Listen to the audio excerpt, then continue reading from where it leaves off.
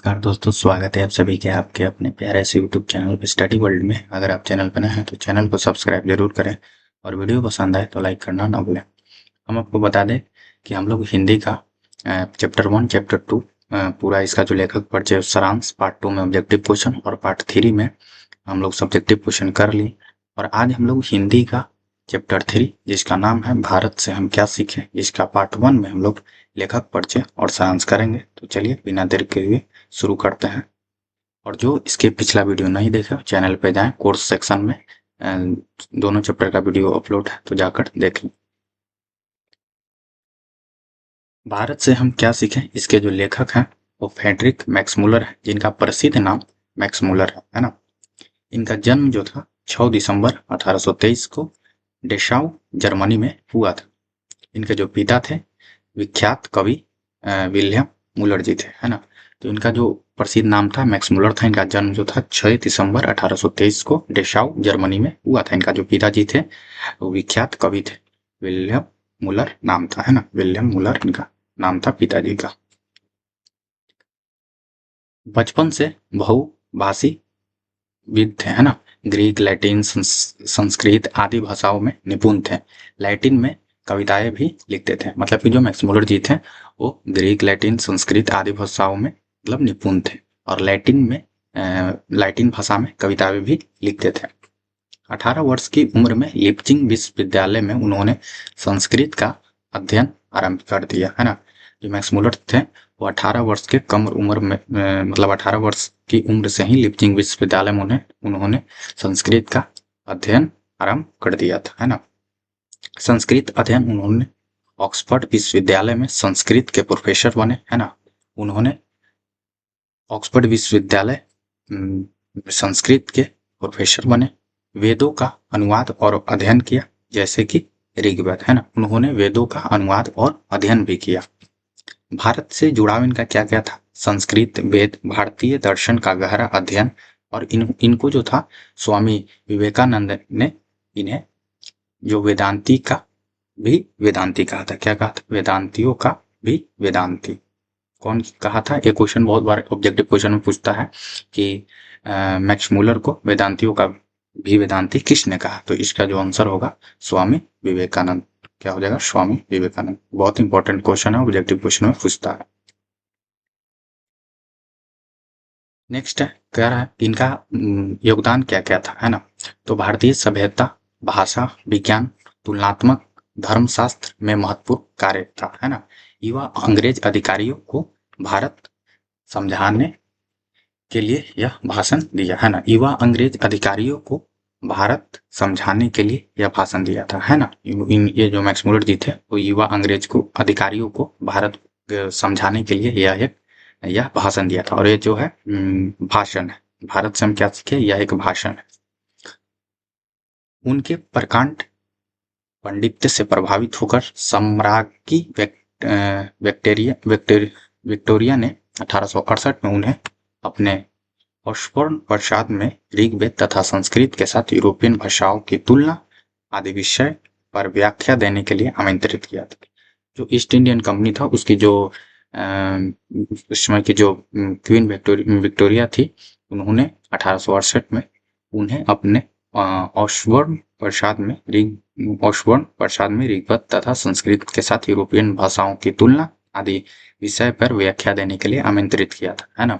और उसी भाषण को सुनकर विक्टोरिया इतनी प्रभावित हुई कि उन्हें नाइट की उपाधि, ये भी ऑब्जेक्टिव में पूछता है कि उन्हें नाइट की उपाधि किसने दिया था। तो क्वीन जो थी विक्टोरिया ने दिए थे 1868 ईस्वी में इनको नाइट की उपाधि। और किस लिए दी थी, तो उस भाषण को सुनकर विक्टोरिया ने इतनी प्रभावित हुई कि उन्हें नाइट की उपाधि दी, है ना, नाइट की उपाधि प्रदान कर दी।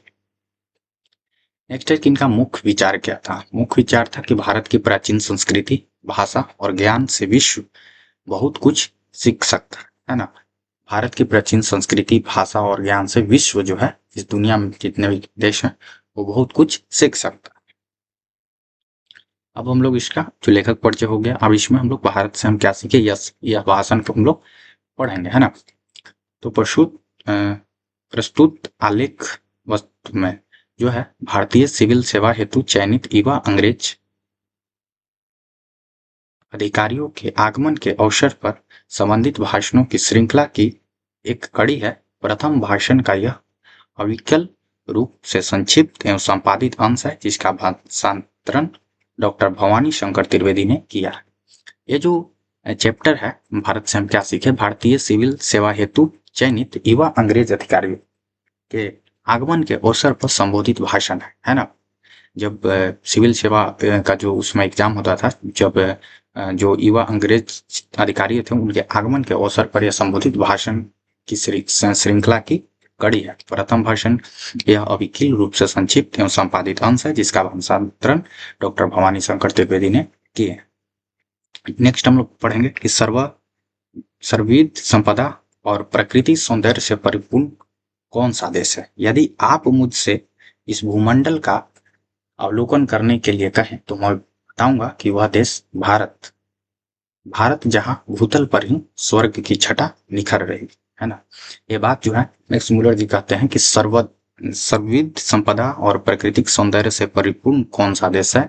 यदि आप मुझसे पूछें तो इस भूमंडल का अवलोकन करने के लिए कहे तो मैं बताऊंगा कि वह देश भारत है। भारत जहां भूतल पर ही स्वर्ग की छटा निखरती है ना।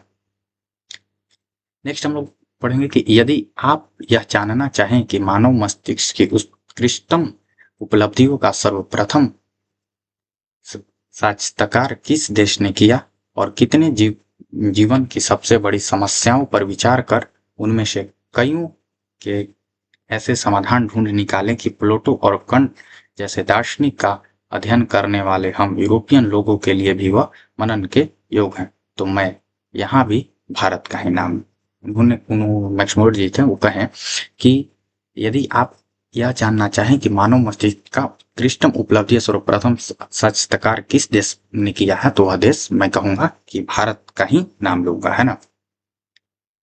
आगे है कि जो लोग आजकल के भारत में घूम कर आए उन लोगों को अधिकतर भारत के कोलकाता, बम्बई, मद्रास या ऐसे दूसरे शहरों की ही याद है, जबकि मेरा अधिकतर ध्यान सच्चे अर्थों में भारत के नागरिक ग्रामवासियों की ओर ही रहा है, क्योंकि सच्चे भारत दर्शन वही हो सकता है ना।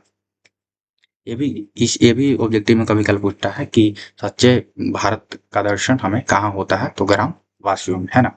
तो यही कहते हैं कि जो लोग आजकल भारत में घूम कर आए हैं उन लोगों को अधिकतर भारत के कोलकाता, बम्बई, मद्रास या ऐसे दूसरे शहरों की याद आता है कि ये बहुत अच्छा शहर है, लेकिन जबकि मेरा अधिकतर ध्यान सच्चे अर्थ में भारत के नागरिक ग्रामवासियों की ओर ही रहा है, क्योंकि सच्चे भारत की दर्शन ग्राम में ही होता है, यानी कि गांव में ही होता है ना।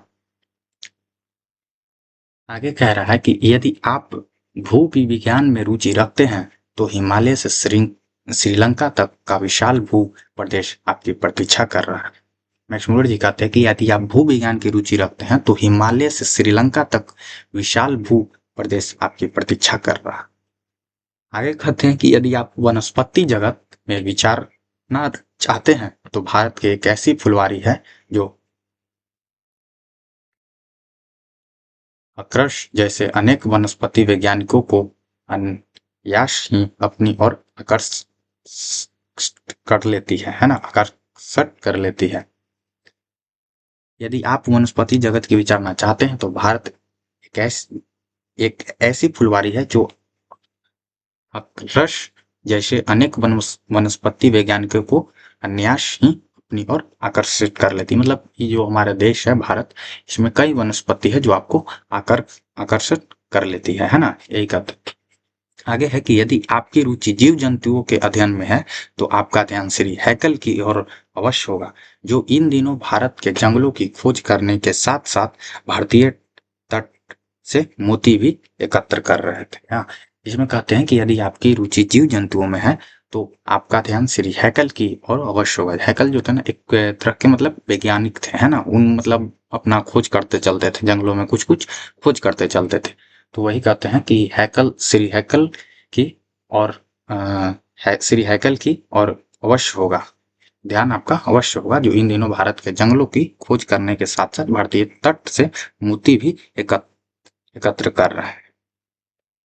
आगे कहते हैं मैक्स मुलर जी कि अगर आप पूर्वांतव प्राचीन खोज में रुचि रखते हैं तो भारत में प्राचीन चीजों का अनुभव करने का मौका मिलेगा। भारत के बीच बाढ़ बौद्ध मठ जैसे नालंदा में प्राचीन विद्यालय की अवशेष देखकर आपका मन प्रसन्न हो जाए, है ना। कहते हैं कि अगर आप पूर्वांचल प्राचीन खोज में रुचि रखते हैं तो भारत में प्राचीन चीजों का अनुभव करने का मौका मिलेगा। भारत के बीच बाढ़ बौद्ध मठ जैसे नालंदा में प्राचीन विश्वविद्यालय के अवशेष देखकर आपका मन प्रसन्न होगा, है ना। नालंदा जो विश्वविद्यालय है उसको अवशेष देखकर आपका मन जो होगा बहुत प्रसन्न हो जाएगा, है ना।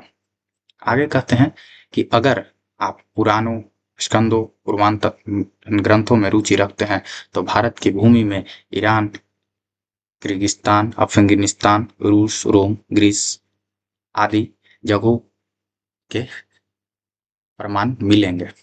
172 ईस्वी में वाराणसी नामक स्थान से नाम प्रमाण मिला था कि भारत में प्राचीन सभ्यता थी, है ना।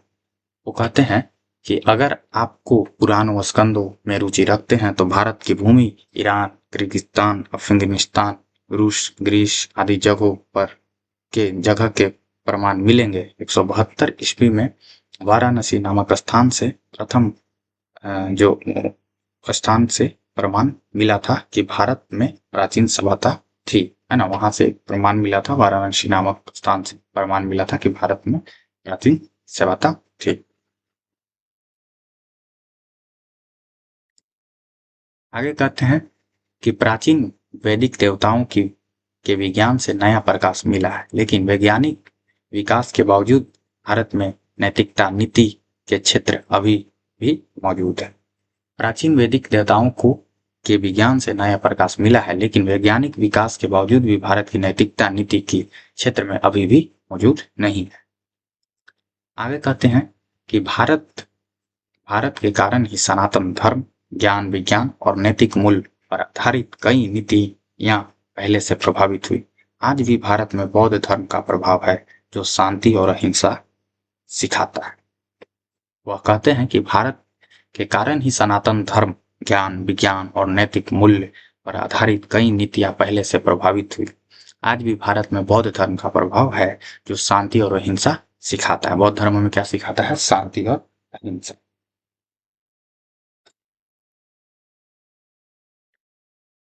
आगे कहते हैं कि भारत की पूर्णता और सुंदरता, है ना। दुनिया में कोई दूसरा देश नहीं जो इतना समृद्ध, सुंदर और पूर्ण। वो देश अगर कोई है तो सिर्फ भारत। मैक्समुलर जी कहते हैं कि दुनिया में कोई दूसरा देश नहीं जो इतना समृद्ध, सुंदर और पूर्ण हो। अगर कोई है तो वह सिर्फ भारत है। नेक्स्ट पॉइंट में कहते हैं कि भारत को देखकर लगता है जैसे स्वर्ग धरती पर उतर आया है। उन्होंने कहा, मैक्समुलर जी कहें कि भारत को देखकर लगता है कि जैसे स्वर्ग धरती पर उतर आया। नेक्स्ट कहते हैं कि यूरोप पश्चिम को भारत से बहुत कुछ सीखना चाहिए। मतलब वो कहते हैं कि यूरोप पश्चिम को भारत से बहुत कुछ सीखना चाहिए। अगर यूरोपियन लोग अपना जीवन और अधिक पूर्ण, मानवीय, समझदार और विश्वव्यापी बनना चाहते हैं तो उन्हें भारत के साहित्य, दर्शन और संस्कृति का अध्ययन करना चाहिए। वो कहते हैं कि यूरोपियन लोगों को अपना जीवन और अधिक पूर्ण, मानवीय, समझदार और विश्वव्यापी बनना चाहते हैं तो उन्हें भारत साहित्य, दर्शन और संस्कृति का अध्ययन करना चाहिए। आगे कहते हैं कि भारत से ही अगले जन्म शांति, आत्मा आदि की सच्ची समझ मिल सकती है। वो मैक्समुलर जी कहते हैं कि भारत से ही अगले जन्म शांति, आत्मा आदि की सच्ची समझ मिल सकती है। नेक्स्ट कहते हैं कि संस्कृत भाषा की महानता। संस्कृत सबसे प्राचीन और परिपूर्ण भाषा है। वो कहते हैं कि संस्कृत सबसे प्राचीन और परिपूर्ण भाषा है, ग्रीक लैटिन भाषाओं से भी बेहतर, है ना। वो कहते हैं कि संस्कृत जो है वो सबसे प्राचीन और परिपूर्ण भाषा है और ग्रीक लैटिन भाषाओं से कई बेहतर है ना। संस्कृत के शब्दों जैसे धार्मिक, दार्शनिक से यूरोपीय भाषाओं की जड़ें जुड़ी है ना, जड़ें जुड़ी है। संस्कृत के शब्दों जैसे धार्मिक, दार्शनिक से यूरोपीय भाषाओं की जड़ें जुड़ी है। आगे कहते हैं कि संस्कृत पढ़ने से जीवन की गहराई समझ आती है, जैसे अहिंसा, करुणा और अध्यात्म। वो कहते हैं कि संस्कृत पढ़ने से जीवन की गहराई समझ आती है, जैसे कि अहिंसा, करुणा, त्याग, है ना। नेक्स्ट कहते हैं कि भारत की प्राचीन सभ्यता और व्यापार। प्राचीन काल में भारत का पश्चिम रोम, ग्रीस और पूर्व चीन, जापान के साथ व्यापारिक संबंध थे। वो कहते हैं कि प्राचीन काल में भारत का पश्चिम यानी कि रोम, ग्रीस और पूर्व चीन, जापान के साथ व्यापारिक संबंध थे। आगे कहते हैं कि भारत ने दुनिया को बहुत कुछ दिया, ज्ञान, संस्कृति और व्यापार। सही बात है। मैक्समुलर जी कहते हैं कि भारत ने दुनिया को बहुत कुछ दिया, ज्ञान, संस्कृति, व्यापार। आगे कहते हैं कि आज भी भारत की प्राचीनता से बहुत कुछ सीखा जा सकता है। वो कहते हैं कि आज भी भारत की प्राचीनता से बहुत कुछ सीखा जा सकता है। आगे कहते हैं कि भारत में ग्रामीण जीवन सच्चा भारत दिखाता है। वो कहते हैं कि जो गांव के लोग हैं वही सच्चा भारत को दिखाते हैं। नेक्स्ट पॉइंट है कि भारत के गांव में प्राचीन और शाश्वत भारतीय संस्कृति, प्रेम, करुणा और सहयोग मिलता है। वो कहते हैं कि भारत के गांव में प्राचीन और शाश्वत भारतीय संस्कृति, प्रेम, करुणा और सहयोग मिलता है ना। शहरों में विदेशी प्रभाव ज्यादा, लेकिन गांव में असली भारत बचा हुआ है। वो कहते हैं कि शहर में जो है वो विदेशी प्रभाव ज्यादा है, लेकिन गांव में असली भारत बचा हुआ है। आगे कहते हैं कि भारत प्राचीन और आधुनिक का मिश्रण। वो कहते हैं कि प्राचीन भारत में ऋषि मुनियों का ज्ञान था, आज भी नई नई खोज होते रहती है। वो कहते हैं कि प्राचीन भारत में ऋषियों मुनि का ज्ञान था, आज भी नई नई खोज होते रहती है। भारत में प्राचीन और आधुनिक सभ्यता साथ साथ चलती है, कोई दूसरा देश ऐसा नहीं। मैक्समुलर जी कहते हैं कि भारत में प्राचीन और आधुनिक सभ्यता साथ साथ चलती है, कोई दूसरा देश ऐसा नहीं है। मतलब उनका कहने का मतलब हुआ कि भारत में प्राचीन मतलब कि पहले का जो भी रीति रिवाज है वो भी चलता है, और आधुनिक जो अभी सभ्यता है वो भी साथ साथ चलता है। तो ऐसा कोई दूसरा देश ऐसा नहीं है जो प्राचीन और आधुनिक सभ्यता साथ साथ लेकर चलता है। आगे है कि मानव इतिहास में भारत का विशेष स्थान। भारत का इतिहास पढ़ने समझने से मानव सभ्यता की पूरी तस्वीर मिलती है। वो कहते हैं कि भारत का इतिहास पढ़ने समझने से मानव सभ्यता की पूरी तस्वीर मिलती है। आगे कहते हैं कि बिना भारत को समझे मानव इतिहास का अधूरा रहता है। वो कहते हैं कि बिना भारत को समझे मानव इतिहास अधूरा रहता है। आगे कहते हैं कि भारत में अध्ययन करने से जीवन में नई समझ और शांति मिलती है। वो कहते हैं कि भारत में अध्ययन करने से जीवन में नई समझ और शांति मिलती है। नेक्स्ट पॉइंट है कि भारत की संस्कृति की मौलिकता, है ना। वो कहते हैं कि भारत की प्राचीन संस्कृति ग्रीक, लैटिन या रोम से अलग और श्रेष्ठ है। वो कहते हैं कि भारत की जो प्राचीन संस्कृति है वो ग्रीक, लैटिन या रोमन से अलग और श्रेष्ठ है। आगे कहते हैं कि संस्कृत साहित्य 3000 साल से ज्यादा पुराना है और इसमें जीवन, धर्म, दर्शन की गहराई है ना। वो कहते हैं कि संस्कृत साहित्य में 3000 साल से ज्यादा पुराना है और इसमें जीवन, धर्म, दर्शन, गहराई है। मैक्समुलर कहते हैं कि संस्कृत के कारण ही प्राचीन भाषाओं का सही इतिहास समझ आया। मैक्समुलर कहते हैं कि संस्कृत के कारण ही प्राचीन भाषाओं का सही इतिहास समझ आया। आगे कहते हैं कि संस्कृत और भारत की संस्कृति पढ़ने से हमारी समझ व्यापक होती है। वो कहते हैं कि संस्कृत और भारत की संस्कृति पढ़ने से ही हमारी समझ जो है व्यापक होती है, मतलब बढ़ता है, ज्ञान जो है वो बढ़ता है। आगे कहते हैं कि आज भी यह प्रासंगिक है क्योंकि संस्कृत ने विश्व की भाषाओं और विचारों को प्रभावित किया, है ना। वो कहते हैं कि आज भी संस्कृत ने विश्व की भाषाओं और विचारों को प्रभावित किया है। आगे कहते हैं कि पुराने पत्थर सिक्के जोड़कर जैसे इतिहास बनता है वैसे संस्कृत से भाषा का इतिहास बनता है। वो कहते हैं कि जैसे पुराने पत्थर सिक्के जोड़कर जैसे इतिहास बनता है वैसे संस्कृत से भाषा का इतिहास बनता है ना। आगे कहते हैं कि भारत के बारे में नया ज्ञान और समझ। आगे कहते हैं कि भारत के बारे में पहला गलत धारणाएं थी, छोटे छोटे राजनीतिक अस्थिरता आदि। लेकिन अब यूरोपियन लोग समझ रहे हैं कि भारत एक महान सभ्यता है। भारत के बारे में जो था, पहले गलत धारणाएं थी कि छोटे छोटे राज्य हैं, राजनीतिक अस्थिरता है। लेकिन अब जो है यूरोपियन जो लोग हैं समझ रहे हैं कि भारत एक महान सभ्यता है। आगे कह रहे हैं कि भारत की संस्कृति और इतिहास से हमारी सोच बदल गई। वो कहते हैं कि भारत की संस्कृति और इतिहास से हमारी सोच बदल गई। अब भारत को सच्चे रूप में देखा जा रहा है। वो कहते हैं कि भारत की संस्कृति और इतिहास से हमारी सोच बदल गई और अब भारत को सच्चे रूप में देखा जा रहा है। आगे कहते हैं कि यूरोपीय लोगों के लिए सीख। वह कहते हैं कि भारत में रहकर अध्ययन करके यूरोपीय लोग अपनी समझ बढ़ा सकते हैं। वह कहते हैं कि भारत में रहकर अध्ययन करके यूरोपियन लोग अपनी समझ बढ़ा सकते हैं। भारत की प्राचीन संस्कृति से जीवन अधिक पूर्ण और सार्थक बन सकता है। वह कहते हैं कि भारत का प्राचीन संस्कृति से जीवन अधिक पूर्ण और सार्थक बन सकता है। लेखक कहते हैं कि भारत की कहानी पढ़ने से दिल में नई ऊर्जा और सम्मान आता है। वो कहते हैं, लेखक कहते हैं कि भारत की कहानी पढ़ने से दिल में नई ऊर्जा और सम्मान आता है ना। आगे कहते हैं कि अतः मैक्स मुलर भारत को स्वर्ग की छटा वाला देश जहां प्राकृतिक और आध्यात्मिक सौंदर्य है ना। वो कहते हैं अंत में कि भारत को स्वर्ग की छटा वाला देश बताते हैं, जहां मतलब कि स्वर्ग की छटा निखरती है ना। वह देश भारत है जहां प्राकृतिक और आध्यात्मिक सौंदर्य है। आगे कहते हैं कि एशिया की विशालता और भारत का महत्व। वह कहते हैं कि फ्रांस, टाइपिंग थोड़ा मिस्टेक है, फ्रांस, ईरान हमारा भारत और अरब सागर से आई हुई ठंडी हवाएं हमारे जहाजों के सामने थी।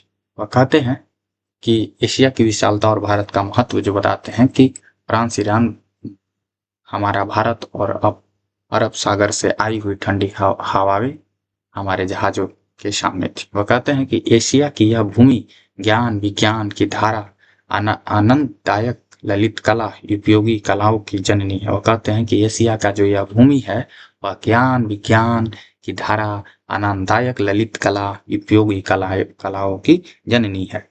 वो कहते हैं मैक्स मुलर जी कि एक से एक बढ़कर शानदार कार्यों की दूर दूर तक मानव प्रज्ञा के उत्पादन के लिए उत्तरी क्षेत्र धर्म, राज, कानून, नीति, रिवाज, परंपराएं, भाषा, लोग की दृष्टि से अपनी आलोचना की स्वतंत्रता है ना। वो कहते हैं कि एक से एक बढ़कर सौंदर्य कार्य की दूर दूर तक मानव प्रज्ञा के उत्पादन के लिए उत्तरी क्षेत्र में धर्म, राज, कानून, यहाँ नीति, रिवाज, परंपराएं, भाषा, लोग की दृष्टि से अपनी आलोचना की स्वतंत्रता है।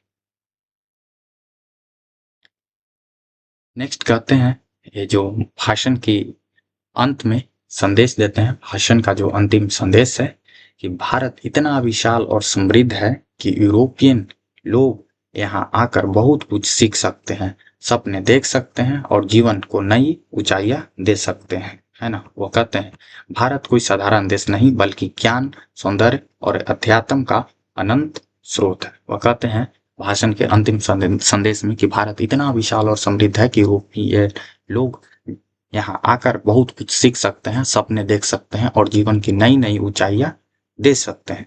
भारत कोई साधारण देश नहीं बल्कि ज्ञान, सौंदर्य और अध्यात्म का अनंत स्रोत है। इसी के साथ आपका चैप्टर समाप्त हो गया। तो वीडियो अच्छा लगा तो वीडियो को लाइक जरूर कीजिए, तो चैनल को सब्सक्राइब जरूर कीजिए, है ना। अब फिर हम लोग इसका नेक्स्ट पार्ट में ऑब्जेक्टिव क्वेश्चन करेंगे और पार्ट 3 में सब्जेक्टिव क्वेश्चन करेंगे। तो चलिए, धन्यवाद।